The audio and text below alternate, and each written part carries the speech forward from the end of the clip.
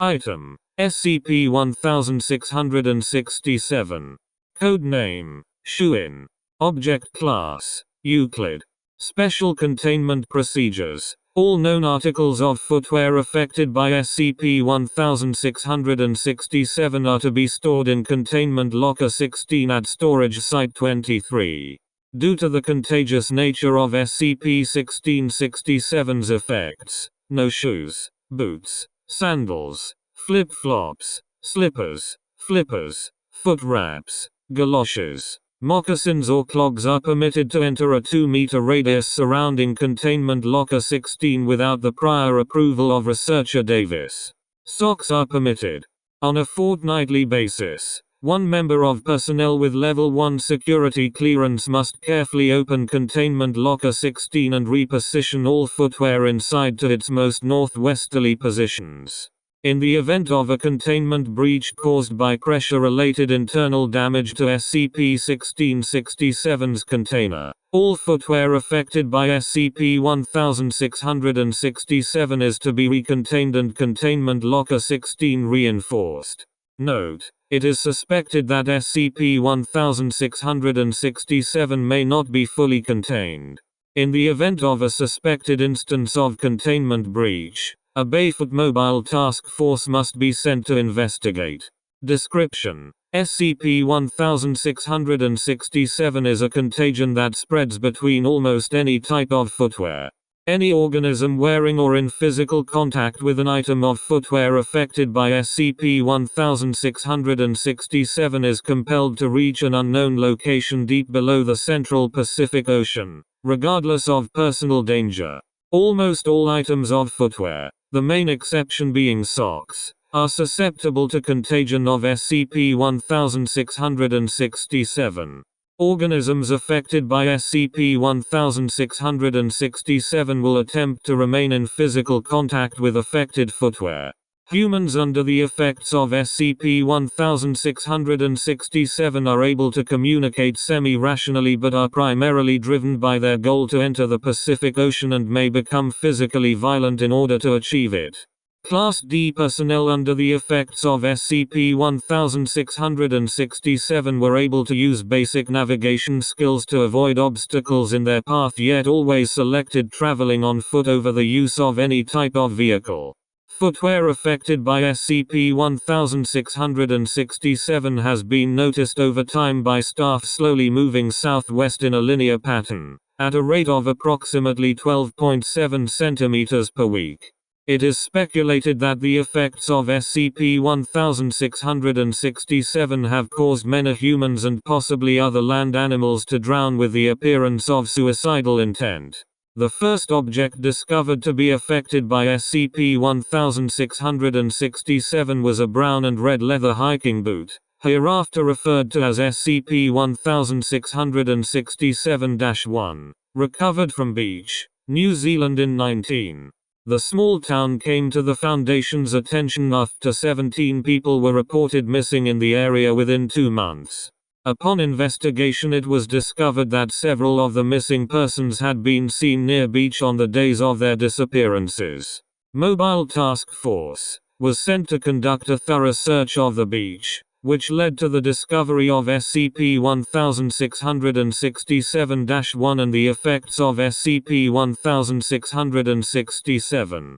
The contagious nature of SCP-1667 was discovered when other articles of footwear brought into SCP-1667-1's area of effect began to produce the same effects. After a short exposure time, members of Mobile Task Force did not remove their boots during the recovery of SCP-1667-1 from beach, and in the resulting chaos, data expunged. The following test log has been classified, and any personnel requesting this data must have the approval of one member of personnel with Level 2 security clearance. Addendum: Test log SCP-1667. Log 02/03. Affected item SCP-1667-2. Black combat boot. Owner deceased. Unaffected item: black business shoe. Owned by Researcher Davis. held by Subject D8267. Objective: to observe the range of SCP-1667's effects. Results: effects of SCP-1667 manifested in Black Business Shoe and D8267 after approximately 8.41 seconds of exposure from 1.4 meters distance. Black Business Shoe reclassified as SCP-1667 to 1611. Affected item S. SCP-1667 to 1611 Black Business Shoe, owned by researcher Davis. Unaffected item. Subject D8267. Female. Hispanic. 26 years old. 67 kilograms. 158 centimeters tall. Objective: to observe a human under the effects of SCP-1667.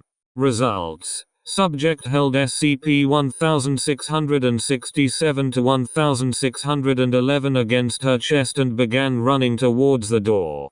When subject's path was blocked by researcher Davis, subject stated move. When researcher Davis did not comply, subject kicked him in the groin and sprinted from the room. Subject attempted to leave facility and was terminated.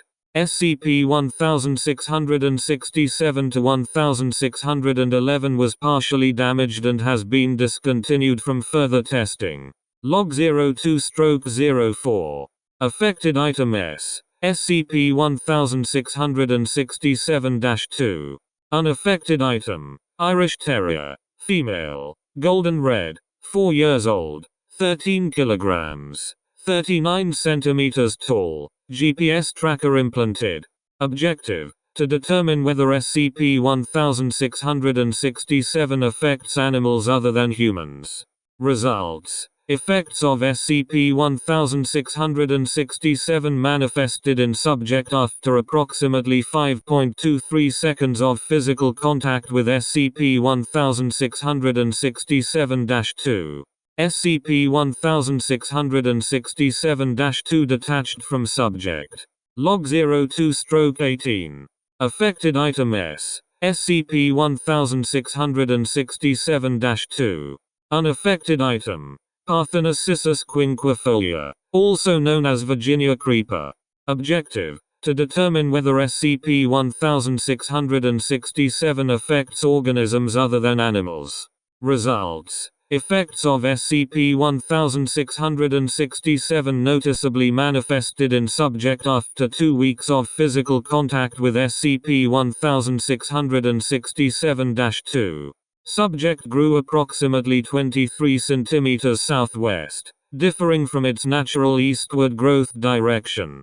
SCP-1667-2 detached from subject. Log 02/19. Affected item S. SCP-1667-2. Unaffected item. Common bottlenose dolphin. Male. Gray. 15 years old. 452 kilograms. 3.62 meters long. Waterproof video camera attached. GPS tracker implanted. Objective: to discover the location to which SCP-1667 leads its victims. Results: effects of SCP-1667 manifested in subject after approximately 54.3 seconds of physical contact with SCP-1667-2. Subject was transported from facility, released from beach and tracked southwest for approximately 3,500 kilometers before signal was lost. Subject was noted to have begun increasing in speed exponentially after it reached coordinates °S°W. Video footage revealed nothing of interest. SCP-1667-2 presumed unrecoverable. Log 03/04. Affected item S. SCP-1667-3. Black Combat Boot. Owner deceased. Unaffected item. 2 navy blue flippers, owned by agent, held by subject D8268. Objective: to spread SCP-1667's effects to a pair of flippers. Results. Effects of SCP-1667 manifested in navy blue flippers, and D8268, after approximately 10.13 seconds of exposure from 1.2 meters distance. Left and right navy blue flippers reclassified as SCP-1667 to 1612 and SCP-1667 to 1613 respectively. Affected item S. SCP-1667 to 1612 and SCP-1667 to 1613 2 navy blue flippers, owned by Agent. Unaffected item. Subject D8268. Male. Caucasian. 32 years old. 77 kilograms. 179 centimeters tall. GPS tracker implanted. Objective. To discover the location to which SCP-1667 leads its victims. Results. Subject was given an atmospheric diving suit, ADS, with waterproof video camera and audio communicator attached and was instructed to put on SCP-1667 to 1612 and SCP-1667 to 1613. Subject was then released from beach and tracked to coordinates °S°W. Once D8268 reached this location, video feed was lost due to equipment failure and subject began noticeably increasing in speed. Analysis of background noise in the audio feed and the muttered commentary of subject D8268 indicated movement of an underwater entity at least meters in length before data expunged, resulting in the loss of audio feed and GPS tracking. Notably, 3 minutes and 17 seconds before signal was lost, D8268 claimed to observe, redacted, and ADS oxygen levels began decreasing at a significantly faster rate. Investigation is ongoing. SCP-1667 to 1612 and SCP-1667 to 1613 presumed unrecoverable. Further testing of SCP-1667 has been discontinued in order to prevent additional possible containment breaches.